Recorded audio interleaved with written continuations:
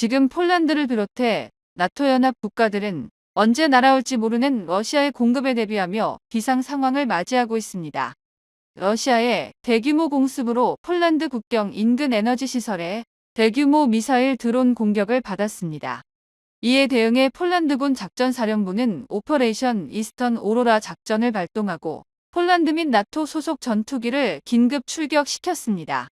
이날 러시아의 공격은 우크라이나의 전력망과 가스시설을 파괴하여 겨울철 난방을 끊어버리는 것이 목표였습니다. 문제는 타격 지점이 폴란드 국경에서 불과 수십 킬로미터 떨어진 곳들이 포함되어 있었다는 점입니다.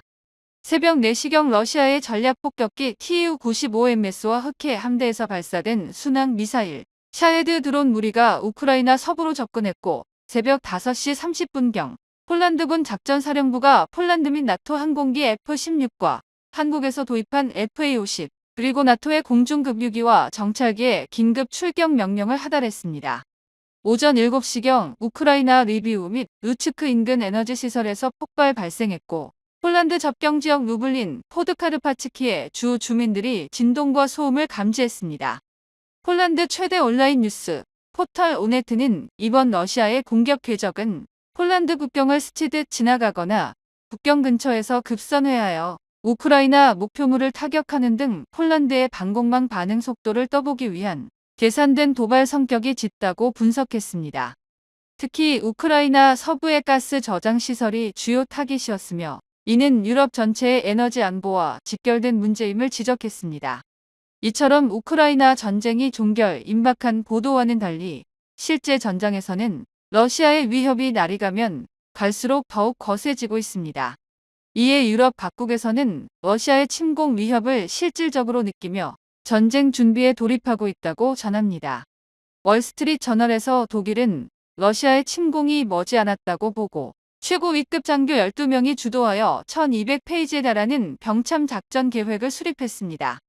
해당 계획의 핵심은 최대 80만 명의 나토 병력을 동부 전선인 폴란드로 신속하게 이동시키는 것을 목표로 하는 것인데 독일 당국자들은 러시아가 늦어도 2029년에는 나토를 공격할 준비를 마칠 것으로 판단하며 간첩 사건 및 사보타주 공격 등을 근거로 더 일찍 기습 공격할 가능성도 있다고 평가했습니다. 이에 독일에서는 GDP 대비 국방비를 5% 수준으로 군사력 현대화 3.5%의 인프라 확충 1.5%를 늘리고 레오파르트 2A8 전차 1000대 이상과 GTK 복서, 보병 전투 장갑차 2500대 구매를 추진 중입니다. 또한 18세 이상 남성 신체 검사를 의무화하는 선택적 징병제를 내년부터 도입하고 병력이 모이지 않을 경우 2027년부터 강제 징집으로 전환하는 방안도 추진 중입니다. 유럽의 군사강국인 프랑스에서도 20만 명 규모의 상비군 확대를 위해 내년부터 18세 이상 남성 전원에 대한 신체 검사와 자발적 징병제를 도입할 예정입니다. 또한 2030년까지 국방비를 GDP 대비 5% 수준으로 늘릴 계획인데요. 이들 국가들이 현재 가장 부러워하는 국가가 바로 폴란드입니다. 폴란드는 러시아가 우크라이나를 공격했을 때부터 가장 신뢰할 수 있는 동북아의 강국 한국과 손을 잡고 낙후된 군사무기들을 전체적으로 업그레이드 시켰습니다. 또한 나토에서 가장 적극적인 군비 확충 작업을 벌이는 폴란드는 한국의 풍산과 한화 시스템과 손잡고 155mm 탄약 생산량을 몇 년 안에 연간 90만 발 수준으로 늘리겠다고 밝혔습니다. 이는 현재 연간 3만 발 수준에서 30배로 증산하는 것으로 사실상 전시체제 수준이라고 평가됩니다. 이미 폴란드는 GDP의 4% 이상을 국방비에 지출하며 나토 최고 수준의 군비 증강을 추진해왔습니다. 폴란드 정부는 동부 국경 지역의 군병력과 방공 시스템을 긴급 증가시켰습니다. 그리고 천무와 K9, K2 등 한국으로부터 도입한 무기들이 배치된 기갑부대와 포병, 부대가 속속 국경 수비대에 투입되었습니다. 또한 가장 중요하게 생각한 게 바로 탄약이었는데요. 폴란드는 속도를 무기로 삼았습니다. 러우 전쟁이 장기전으로 굳어지는 동안 유럽 전역이 탄약 부족에 분노했고 폴란드는 그 분노를 에너지로 바꿔 다연장 로켓탄의 현지 생산으로 직결시키는 길을 골랐습니다. 한국형 천무 모듈이 계약 후 불과 2년 만에 부대 편성 속도를 끌어올렸고 이제 폴란드는 로켓 그 자체를 자국에서 양산해 매년 수천 발 단위로 비축하는 체제를 가동하려 합니다. 폴란드 정부가 기술 이전과 산업 자립을 명확히 요구한 가운데 양측은 239mm급 CGR-080 정밀 유도탄의 현지 생산을 목표로 지분 구조도 확정하며 법적 행정적 절차에 들어갔습니다. 이 합작은 단순 면허 조립이 아닙니다. 탄약의 설계와 품질, 시험군 표준 체계를 폴란드 산업 생태계 안으로 끌어들이는 구조입니다. 폴란드가 요구하는 건 전시에도 끊기지 않는 국가급 재장전 능력이고 한국은 실전 검증을 거친 MLRS 탄약 묶음 일괄 패키지로 응답했습니다. 폴란드 입장에서 보면 이는 서방 공급망의 느린 승인 절차와 제한된 대외 판매 규정으로 인해 자국의 정치 리스크를 한 번에 역광하는 선택입니다. 하지만 이제는 한국을 통해 로켓을 스스로 만들고 확장하며 필요하면 이웃 국가까지 묶어낼 수 있는 기반이 마련됐습니다. 그리고 이건 한국에도 기회입니다. 유럽 내에서 한국형 규격과 공정 기준이 표준처럼 안착되면 후속 탄종 개발과 개량을 포함해 수명 주기 정비가 가능해져 수송 패키지까지 한국식 방식이 따라붙습니다. 바로 이 지점에서 유럽 허브의 실익이 발생합니다. 한국은 본국 라인과 유럽 라인을 병렬로 돌리며 납기와 물류 리스크를 분산하고 현지 조달 덕분에 총사업비 구조를 낮추며 유럽 공공조달 규범을 충족하는 비율로 폴란드 부품과 노동력을 활용해 경쟁국 대비 가격과 일정에서 크게 앞설 뿐 아니라 유럽에서 생산하기 때문에 다양한 규제 대응에서 우위를 만듭니다. 폴란드군 운영 관점에서도 변화가 큰데 폴란드는 하이마스와 호마르케이를 병행하고 있습니다. 하이마스는 미측 탄약과 네트워크 교리 연동으로 나토 내 상호 운용성을 제공하고 호마르케이는 더 넓은 탄종과 속도전 납품을 통해 전선의 지속 활용면에서 우위를 점하고 있습니다. 그런데 미국의 공급망이 흔들릴수록 두 체계의 상호 보완은 커지고 탄약 자립도가 높아질수록 호마르케이의 존재감은 기하급수적으로 커집니다. 폴란드 군수당국이 선택한 이 투트랙은 결국 MLRS 운영의 병목이 발사대 수량이 아니라 탄약 축적과 고급 회전율임을 정확히 짚은 결과입니다. 그래서 폴란드는 발사대 현지 생산 비중을 단계적으로 높이면서 정비 예비품과 통신체계까지 자국화하여 가동률을 끌어올리고 있습니다. 여기에 CGR-080 현지 생산이 더해지면 훈련탄과 실탄의 조달과 보관성이 폴란드를 군사강국으로 만들어줄 겁니다. 이건 실전에서 곧바로 화력 유지력으로 환산되는데요. 폴란드는 2023년 하이마스 486대 프레임워크를 통해 장거리 정밀타격 체계의 상한선을 확보했고 동일기간 한국과는 2022년 대형 패키지에 이어 2024년 추가 집행 계약을 묶어 총 200대 규모 이상을 현실화했습니다. 발사대가 늘어날수록 탄약 회전이 핵심이 되고 그 회전을 좌우하는 건 납기와 재고이며 이는 공장 가동률에 직결됩니다. 그래서 한국은 합작 공장을 통해 폴란드를 상위권으로 끌어올려 주었습니다. 나토 규범에 맞춘 품질 인증과 장거리 위험물 수송을 줄이는 물류 최적화로 전시 파손을 가정한 설비 이중화와 물리 보안 체계 등의 문제를 해결해 폴란드가 요구한 군 운영 기준을 모두 충족시켰습니다. 반면 한국 입장에서는 유럽형 인증과 시험 데이터를 한 번에 축적하는 효과가 생깁니다. 한국 본사의 공정의 소프트웨어를 유럽 규범에 맞추는 과정 자체가 곧 유럽 수출의 진입 장벽을 낮추는 투자이기 때문입니다. 이 구조가 깔리면 후속 탄종과 차세대탄 공동 개발도 유럽 현장에서 바로 설계하여 평가까지 이어지게 할 수 있습니다. 전술적으론 폴란드가 만들고 쏘는 탄으로 전선을 메우고 전략적으론 한국이 설계하고 개량을 주도해 유럽 전역의 업그레이드 수요를 흡수하는 그림입니다. 우크라이나 전장에서 반복된 서방 탄약 병목 현상은 시간 문제가 될 것입니다. 한국을 통해 이제 폴란드는 자체 발주가 가능한 시스템으로 대체하는 것입니다. 러시아의 위협적인 공세가 길어질수록 폴란드가 스스로 탄을 뽑아내는 것만으로도 억눌렸던 답답함을 시원하게 풀어줍니다. 현재 러시아의 블라디미르 푸틴 대통령이 이례적으로 한국과 관련한 메시지를 긴급 발표했습니다. 푸틴 대통령은 한국과 관계를 회복하고 싶다며 과거의 실용적 파트너십으로 돌아가자라고 언급했습니다. 러시아에서 푸틴 대통령이 한국을 직접 언급한 것은 지난 2023년 말 이후 거의 처음인데 갑작스럽게 지금 이런 성명이 나온 것입니다.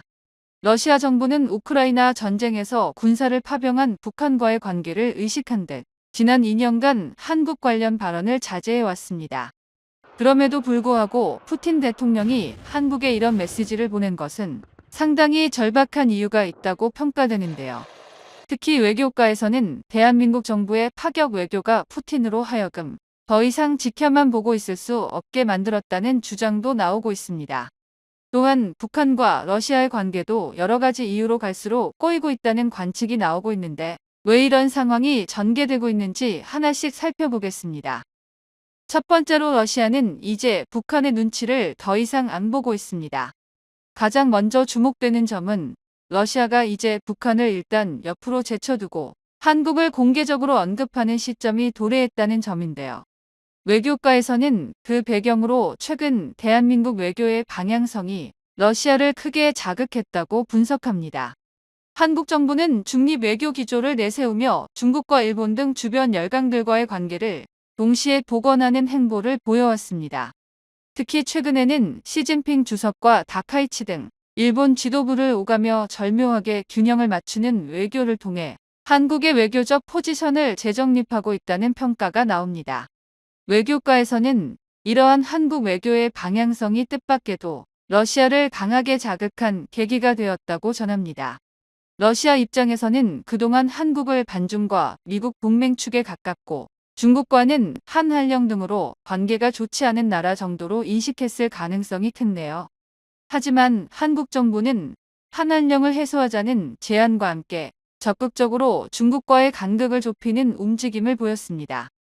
국빈 자격으로 중국을 방문해 시진핑 주석과 관계를 다시 개선하자 러시아로 하여금 더 이상 가만히 있을 수 없게 만들었습니다. 원래 러시아는 중국보다 훨씬 한국과 심리적 문화적 거리가 가깝다고 생각해왔고 한국 역시 중국과는 한한령, 사드 갈등 등으로 불편한 사이라는 인식이 강했습니다. 그런데 이 구도가 이제 완전히 뒤집힌 것인데요.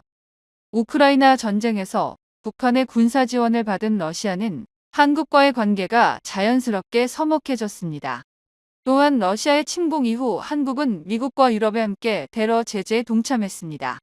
러시아 입장에서는 북한의 눈치를 보지 않을 수 없는 상황이었고 전쟁이 한창일 때는 한국과 거리를 둘 수밖에 없었습니다.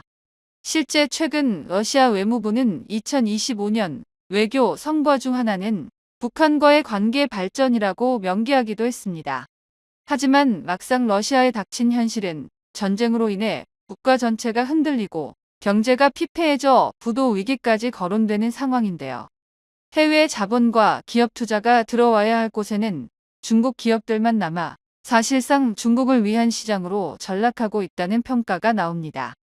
그 와중에 북한은 군사 파병과 각종 지원의 대가로 러시아 정부로부터 대규모 현금 보상을 요구하고 있습니다.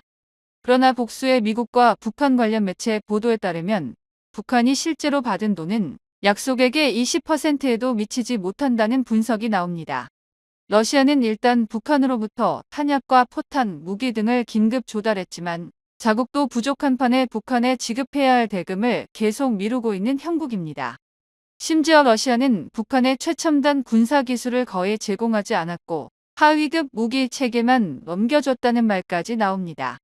이 때문에 북한 내부에서도 러시아에 대한 불만이 터져 나오고 있습니다. 전쟁 지원의 보상이 충분히 이뤄지지 않았다는 비판 여론이 제기되자 김정은이 직접 현장을 돌아다니며 선전과 민심 달래기에 나섰다는 장면도 포착되었는데요.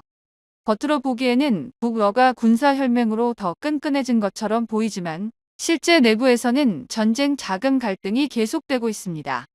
이제 러시아는 무엇보다 자국의 경제 위기 해결이 급선무이며 푸틴의 지지율에도 직격탄이 되고 있는 상황입니다. 그 사이 한국은 중국과의 관계를 회복하고 일본과도 무난하게 관계를 관리하는 모습입니다. 러시아는 과거에는 중국, 일본 모두 한국과 대립적 관계였는데 지금은 오히려 한국이 이들과 동시에 협력하는 모양새에 적지 않은 소외감을 느끼고 있는 것으로 보입니다.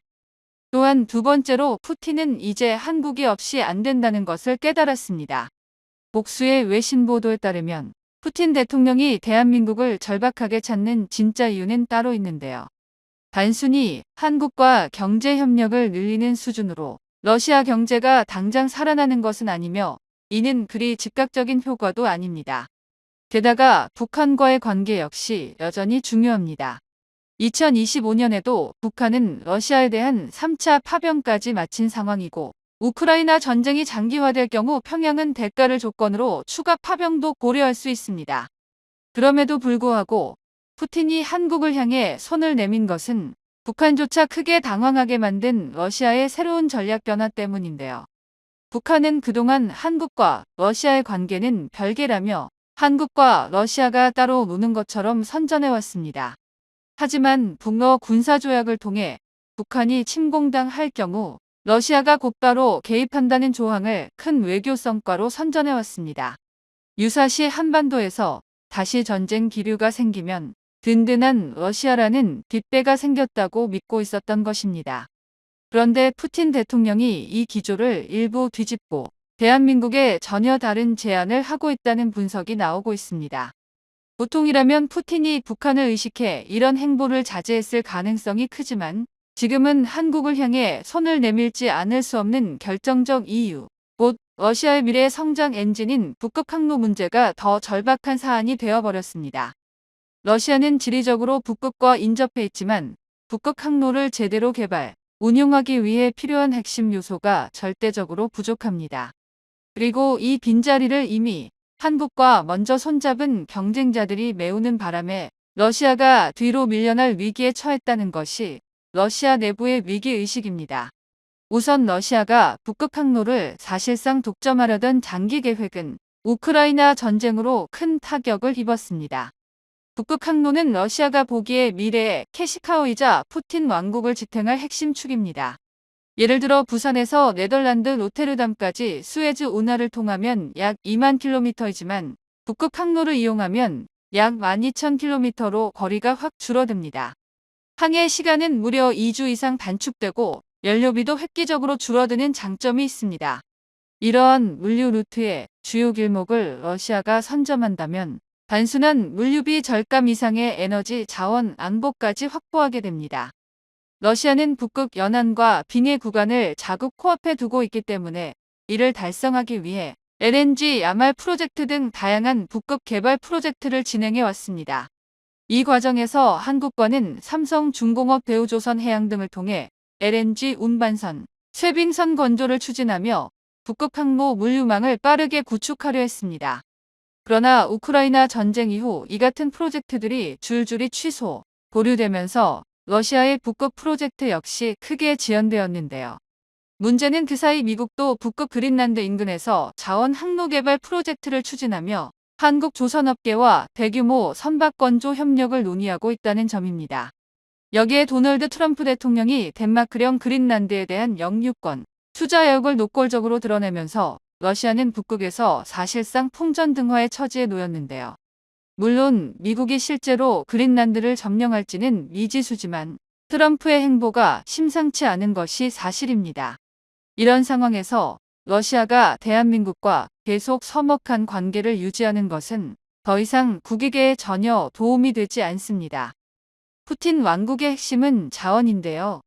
북극 항로와 북극 자원은 러시아의 생명줄에 가깝고 세계 최고 수준의 조선 기술과 LNG 운반선 건조 능력을 가진 한국은 러시아 입장에서 언제나 최후의 협력 파트너 후보였습니다. 트럼프 시대에 제재 완화 기대 속에 떠오르는 한국은 러시아 입장에서는 하나의 동아줄같이 느끼고 있습니다. 다행히 러시아 입장에서는 미국과의 관계가 이전보다 복잡하게 재조정되고 있습니다.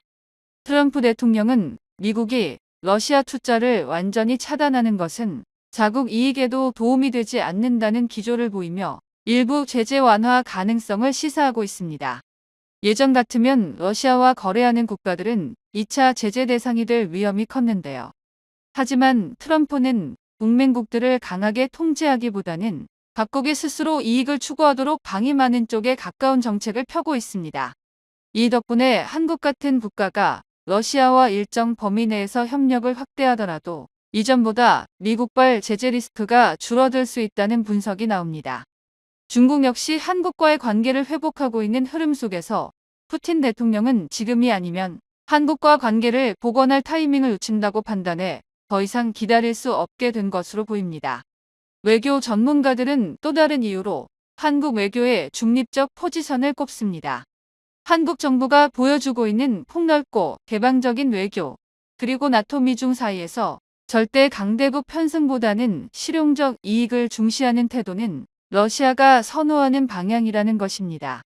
러시아 관영 통신사 타스 등은 한국이 북극 항로에 진출한다 해도 군사적 패권을 노릴 성격의 국가는 아니다라는 식으로 보도했습니다. 중국, 미국은 북극에서 뚜렷한 패권 경쟁 의도를 보이는 반면 한국은 기술 제공과 상업적 이익에 초점을 맞춘 중립적 기술 국가에 가깝다는 평가입니다.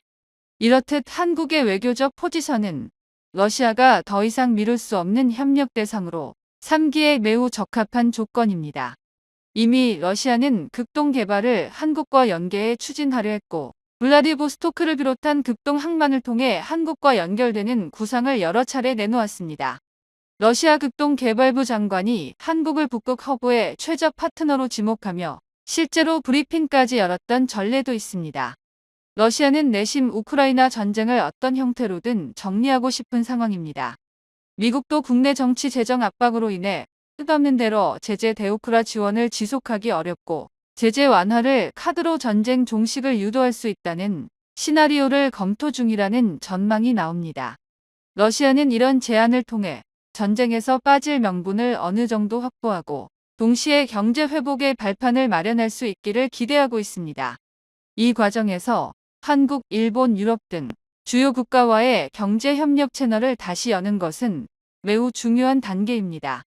최근까지 러시아를 가장 경계했던 유럽도 미국과의 보조를 맞추는데 피로감을 느끼며 서서히 거리를 두는 움직임을 보이고 있습니다. 유럽은 그동안 민주주의 인권을 명분으로 러시아 제재 참여를 각국에 강하게 압박해왔지만 실제로는 적극적으로 나서지 않고 제재 부담만 주변국에 떠넘겼다는 비판을 받아왔습니다. 트럼프 대통령은 이러한 유럽의 태도를 강하게 비판하며 심지어 나토 탈퇴까지 시사하는 극단적인 발언도 내놓았습니다. 미국 내부 여러 매체는 정권이 바뀐다 해도 미국이 더 이상 이전처럼 전 세계에 무한정 돈을 쓰는 시대는 끝났다는 흐름이 유지될 것으로 전망하고 있습니다. 이는 곧 유럽발 각종 제재 강요의 영향력이 예전보다 눈에 띄게 줄어드는 상황이 도래한다는 의미입니다. 이처럼 러시아는 장기 전쟁으로 국가적 기력이 크게 소진된 상태에서 본격적인 복구, 재건 국면에 들어서야 하는 시점에 다다랐습니다. 넓은 영토와 풍부한 자원을 기반으로 빠른 회복을 노리지만 이를 위해서는 신뢰할 만한 기술 파트너와 물류, 조선, 에너지 분야 협력국이 필요합니다. 이런 맥락에서 푸틴이 가장 먼저 이름을 꺼낸 나라가 바로 대한민국입니다. 한국은 러시아 자원을 전 세계로 실어나를 수 있는 최적의 선박 해양 기술을 갖추고 있으며 정치적으로도 패권을 노리는 강대국들과 달리 상대적으로 중립지향적 위치에 서 있습니다.